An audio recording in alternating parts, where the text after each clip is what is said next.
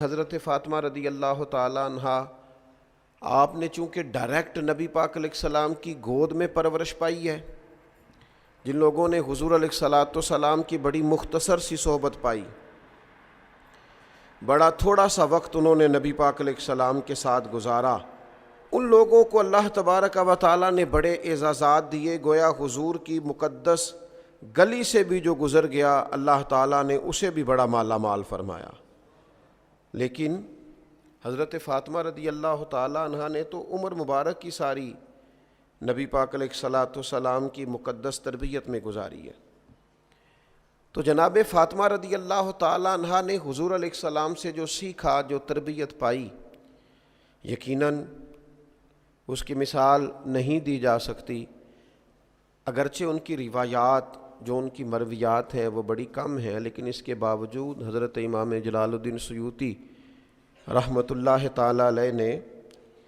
حضرت فاطمہ رضی اللہ تعالی عنہا کی جو مرویات ہیں، یعنی جو روایات انہوں نے حضور علیہ السلام سے سن کے امت تک پہنچائی ہیں، ان کو باقاعدہ ایک کتاب میں انہوں نے درج فرمایا ہے، اور مسند سیدہ فاطمہ رضی اللہ تعالی عنہا کے نام سے امام جلال الدین سیوطی رحمۃ اللہ علیہ کی کتاب ہمیں ملتی ہے۔ اس میں صرف وہ روایتیں جو حضرت فاطمہ نے حضور سے سن کے امت کو پہنچائیں وہ اس میں بیان کی جاتی ہیں۔ ساری باتیں تو نہیں ہو سکتی، میرا آج خیال تھا چونکہ میں بہت ساری گفتگو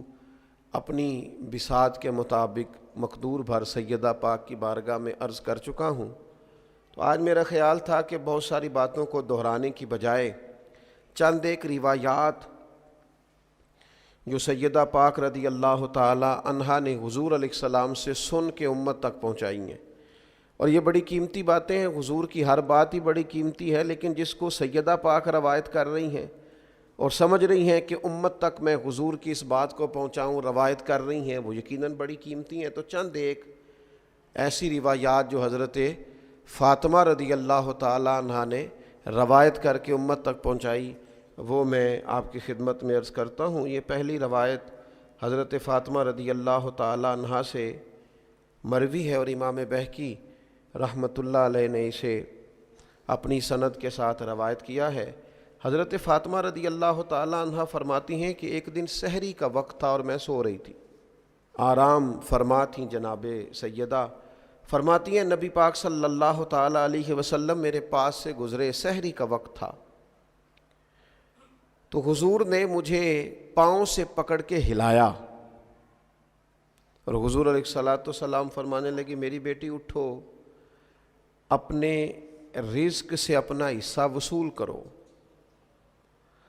فرمایا کہ یہ جو طلوع فجر کا وقت ہوتا ہے نا، طلوع فجر سے لے کر طلوع آفتاب تک، طلوع فجر سے طلوع آفتاب تک، یعنی فجر کا وقت شروع ہونے سے لے کر سورج نکلنے تک اللہ تعالیٰ اپنے بندوں میں رزق تقسیم فرماتا ہے۔ اگر آپ اس روایت پر غور کریں تو جناب زہرا رضی اللہ تعالیٰ عنہا ہماری توجہ دلاتی ہیں کہ ہمیں سحری میں اٹھنا چاہیے، صرف رمضان میں نہیں، ہر روز اٹھنا چاہیے۔ یہ خاص وقت ہے عبادت کا، اس خاص وقت میں ہمیں اپنے اللہ کے حضور حاضر ہونا چاہیے۔ میرا خیال ہے ان سب لوگوں کو جو بہت زیادہ وقت رات کو بیدار رہتے ہیں اور عین وہ وقت جو سحری میں دوبارہ اٹھنے کا اس وقت سو جاتے ہیں، انہیں اس بات پر غور کرنا چاہیے۔ اور جتنے لوگ رزق کی تنگی کی شکایت کرتے ہیں اور تنگ دستی کا ان کے ساتھ معاملہ رہتا ہے، وہ بھی اس حدیث پر غور کریں کہ جناب فاطمہ رضی اللہ تعالیٰ عنہ فرماتی ہیں مجھ سے نبی پاک علیہ السلام نے سحری کے وقت فرمایا اٹھو، یہ تو وہ وقت ہے جب اللہ اپنے بندوں میں رزق تقسیم فرماتا ہے۔ دوسری بات، اس کو بھی امام طبرانی نے روایت کیا ہے، کامل مومن کون ہوتا ہے؟ اس کی علامات سیدہ پاک رضی اللہ تعالی عنہا نبی کریم صلی اللہ تعالی علیہ وسلم سے روایت کرتی ہیں۔ آج آپ کسی شخص سے بھی کبھی بات کریں گے، وہ سب سے بڑا مسلمان نظر آئے گا، سب سے بڑا مومن نظر آئے گا، اس کی باتوں میں، لب و لہجے میں ایسا محسوس ہوگا کہ جناب تکمیل کیے بیٹھے ہیں اپنی شخصیت کی، اور جناب مکمل جانتے ہیں اپنے آپ کو۔ لیکن یہ دیکھیے جناب فاطمہ رضی اللہ تعالی عنہا کامل مومن کی علامات بیان کرتی ہیں، ارشاد فرماتی ہیں کہ نبی پاک صلی اللہ تعالیٰ علیہ وسلم نے فرمایا وہ شخص کامل مومن نہیں ہو سکتا جس کا پڑوسی اس کے شر سے محفوظ نہ ہو۔ اگر وہ تکلیف دیتا ہے اپنے پڑوسی کو، اذیت پہنچاتا ہے، تو پھر کامل مومن نہیں ہو سکتا۔ اور پھر فرماتی ہیں کہ نبی پاک صلی اللہ تعالیٰ علیہ وسلم نے فرمایا کہ جو بندہ اللہ تعالیٰ پر اور یوم آخرت پر ایمان رکھتا ہے اسے چاہیے اپنے مہمان کی عزت کرے، جو گھر آ گیا ہے اس کا اکرام کرے، یہ اس کے مومن ہونے کی علامت۔ اور پھر ارشاد فرمانے لگی کہ نبی پاک صلی اللہ تعالیٰ علیہ وسلم نے فرمایا جو اللہ تعالیٰ اور آخرت پر ایمان رکھتا ہے کبھی اپنے ہمسائے کو اذیت نہ دے۔ اور پھر فرمایا جو اللہ تعالیٰ اور یوم آخرت پر ایمان رکھتا ہے اسے چاہیے یا تو اچھی بات کرے یا خاموش رہے، اپنے منہ سے ایسے جملے نہ نکالے جو جملے درست نہیں ہیں، جو جملے پاکیزہ نہیں ہیں، عمدہ نہیں ہیں، مومن کی شایان شان نہیں۔ اور پھر ارشاد فرماتی ہیں کہ نبی پاک صلی اللہ تعالیٰ علیہ وسلم نے فرمایا بے شک اللہ تعالیٰ حیادار، بردبار، پاک دامن اور با کردار مومن سے محبت فرماتا ہے۔ یہ صفات پیدا ہوں گی تو انسان اللہ تعالیٰ کی محبت کے قابل ہوگا۔ اور پھر فرماتی ہیں بد زبان، بد اخلاق، ضدی اور بھکاری سے ان کو اللہ تعالیٰ پسند نہیں کرتا۔ یہ جو لوگ ہیں یہ اللہ تعالیٰ کے پسندیدہ لوگ نہیں۔ اور فرمایا بے شک حیا ایمان کا حصہ ہے اور ایمان جنت میں لے جاتا ہے، جبکہ بد کلامی، بد خلقی یہ جہنم والا عمل ہے، یہ انسان کو دوزخ کی طرف لے جاتی ہے۔ میرا خیال ہے امام طبرانی کی روایت کرتا اس ایک حدیث پر ہی جو عمل کر لے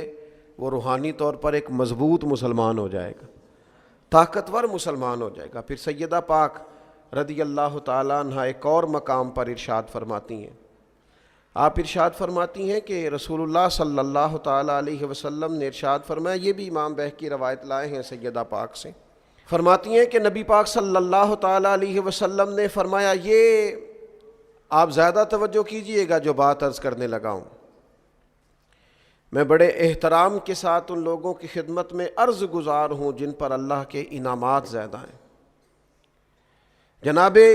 فاطمہ رضی اللہ تعالی عنہا سیدہ پاک ارشاد فرماتی ہیں کہ نبی کریم علیہ الصلاۃ والسلام نے فرمایا میری امت کے شریر لوگ وہ ہیں جنہیں نعمتیں عطا کی گئی ہیں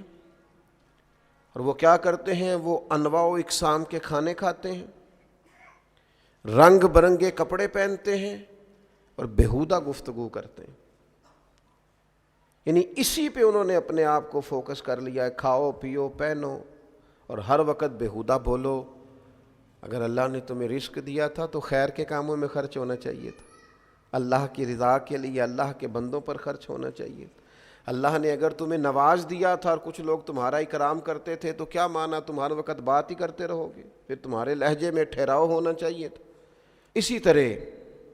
حضرت فاطمہ رضی اللہ تعالیٰ عنہ کی بس ایک روایت عرض کرتا ہوں، اور آج 3 رمضان المبارک ہے، میری بڑی خواہش ہے کہ سیدہ پاک رضی اللہ تعالیٰ عنہ کا روایت کیا گیا یہ وظیفہ، آپ کی ارشاد فرمائی گئی یہ بات، یہ ہم سب کو اپنا لینی چاہیے۔ اور اس کی جو فضیلت انہوں نے بیان کی ہے، آپ دیکھیے اس کو بھی امام بہقی نے روایت کیا ہے۔ سیدہ پاک رضی اللہ تعالیٰ عنہ فرماتی ہیں کہ حضور سید عالم صلی اللہ تعالیٰ علیہ وسلم نے فرمایا جو بندہ